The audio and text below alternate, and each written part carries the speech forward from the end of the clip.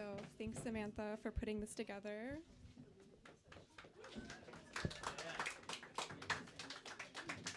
Thanks, Lauren, for asking us to read. I'm going to share a story with you. On Tuesday, we got high on the best Coke I'd ever had. I wanted a line when I woke up that morning. This had never happened before. On the train, stalled between West 4th and 14th, I counted the remaining stops along the top of the car. The orange digits seemed different, alien. Why was I heading to Rockefeller Center?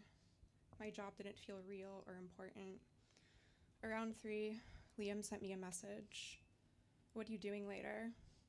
Nothing. Yet. He shared a post with a link to a show on East Broadway. A band we'd like was throwing a release party for their new album. I Googled the address, an unmarked loft. The windows were all covered from the inside with gray, heavy curtains. List only, RSVP here. This looks fun, he said. Let's go. Ask, and you will receive, and your joy will be complete. I bought a 5th of vodka on the way home, Perrier, a lime. The ice trays were already full. I dropped my tote bag on the sofa, took off my coat, unzipped my boots. He said he'd get here at 8, which meant 9, which meant I had time. A new day was beginning. And when he buzzed downstairs, I was 2 drinks in, wearing a dress that understood my body. He went through the usual motions, dropping his wallet and keys on the counter, checking his outfit in the mirror, microwaving the plate. When it was warm, he sat in the chair by my desk and cut the pile into clean lines. For you. He handed me the straw, warning me it was good. It was like nothing I'd taken before. Spicy, right? He said. That was one way to put it. A friend of mine said once that cocaine was basically an expensive cup of coffee. She needed a better dealer. I was on my knees, concentrating on the feeling in my chest. He pressed down gently on my shoulders. Look at me. He took a deep breath, and we did it together, once, twice, a third. He placed his hand on my heart. I placed his hand on my heart. Feel it, I said. He held it there. He looked at my eyes. He looked at my lips. Take it easy, he said. Drink some water. I sat on my bed, drinking my water, fidgeting. He snorted the rest. We didn't make it to the show. Instead, we watched 9 Inch Nails videos on my TV and talked. You can find happiness in slavery.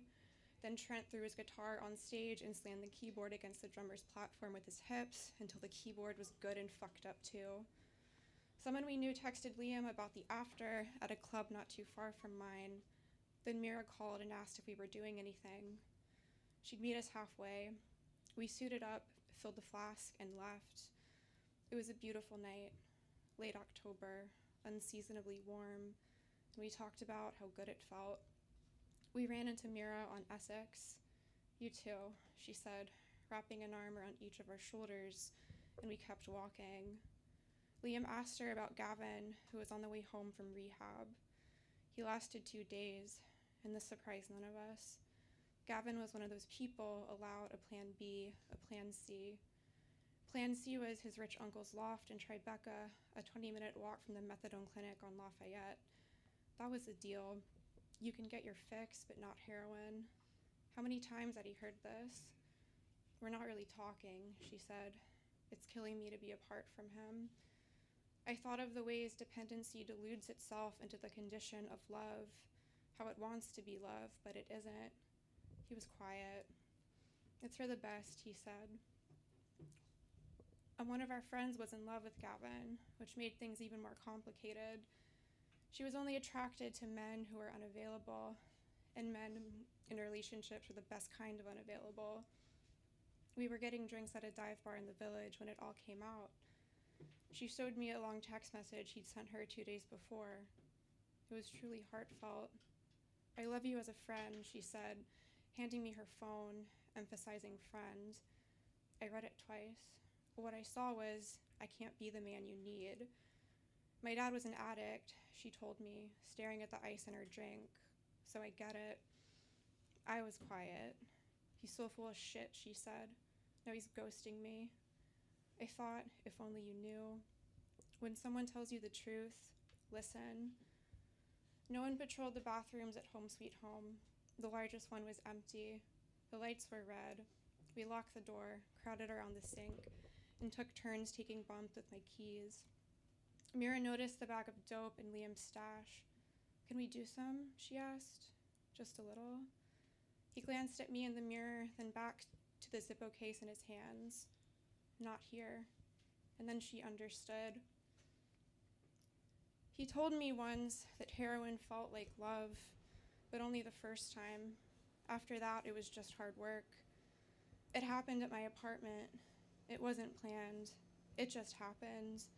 He walked Gavin out. When he came back, it was done.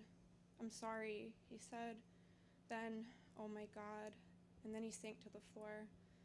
Doing it here, he went on, surrounded by the safety and warmth of my home, protected by my lack of judgment, was the most profound experience of love he'd ever had. I've gone over that night a million times in my head. It was an impossible situation. It was fucked up that I accepted it, that I told him as his eyelids fluttered closed and opened and closed again, my hand shaking. It's okay. It's okay. It's okay. My favorite book is about a woman, an anthropologist with a failed thesis, who crosses the Kalahari alone to find a man, an exiled genius in her field, who served as a guardian for a rumored utopian colony in the desert. They'd met only briefly. It was a hunch, a gut instinct. Maybe she was brave. Maybe she was stupid. But what matters is that she was right. She succeeds. He's impressed. And they fall the way you hope it happens, slowly, steadily, saving all the best for later. For her, love is like living in a house where more rooms keep appearing. Each is more wonderful than the last. It's breathtaking, she says, a surprise. You never intend to go from one room onward into the next. It just happens. You notice a door, you go through, and you're delighted again. I imagined a habit was like that until you realize the house was haunted, that all those extra rooms meant more spaces to fill, to tend to, more places where things could hide. You start hearing noises at night, you stop sleeping.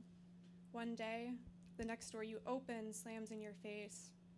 You turn around, you try to retrace your steps, but now the place is so big that you keep getting lost, so big that you can't maintain it. And then it all falls apart, and you will fall with it, again and again. We ended up at a bar around the corner, a place where no one we knew would show. Liam was closing his tab. Mira and I lingered in the booth, talking. Never try it, she told me. It'll fuck up your life. She shook her head. 8 years. 8 fucking years of my life gone. Don't be like me, she said, glancing at the bar. Don't follow him there. So when she looks at me, that's what she sees. All the things that hadn't happened yet. Liam told one of our friends that he had more respect for the people who left, and I wondered what that meant for me, and I thought of all the things I said too gently. Grow up, go to a meeting, take a picture. One night, after we got home at 5 a.m, he told me the idea of living for another 50 years was scarier than the thought of dying in 5. But dying so young for such a stupid reason felt like a cop-out. Then what keeps you going? I asked. What makes you want to stop? He turned to me from the threshold of my bathroom. You, he said, and then he closed the door. I asked him once if the fear of death ever felt like an irresolvable contradiction. You mean, he said, how can I think so often about how I'd rather be dead but still act out of the fear of dying? Yeah. I was thinking about that a little while ago, actually. What about it? That it's just a lot different when it's not an abstract thought and you're actually in possession of enough of a substance that, if you were to take all of it, could kill you. And then I pictured all the things that death could be, and then I had to stop. Back to mine. More of the perfect Coke. We were out of our minds, constantly interrupting each other. I couldn't sit still. I pulled books from the stacks around my studio, found all the passages that meant something, tried to get a word in. Please listen, this is important. But they were talking about drugs. Mira said an overdose felt like flying, and then it felt like nothing. She showed us a series of photographs on her phone that documented several years of her addiction. They were too beautiful. I loved them, but I thought finding beauty in godless things was a shitty coping mechanism. Liam asked me to read something. I grabbed the loose sheets of paper from my desk. The story I chose made Mira cry. We all hugged on the floor, and then I cried too. He suggested we go to the roof. Want to head up, he said. We'll meet you there. And I knew what that meant. I grabbed the speaker. I went upstairs. It was cooler now, and the Empire State Building was buried in a cloud, and all the buildings were pixelated with light.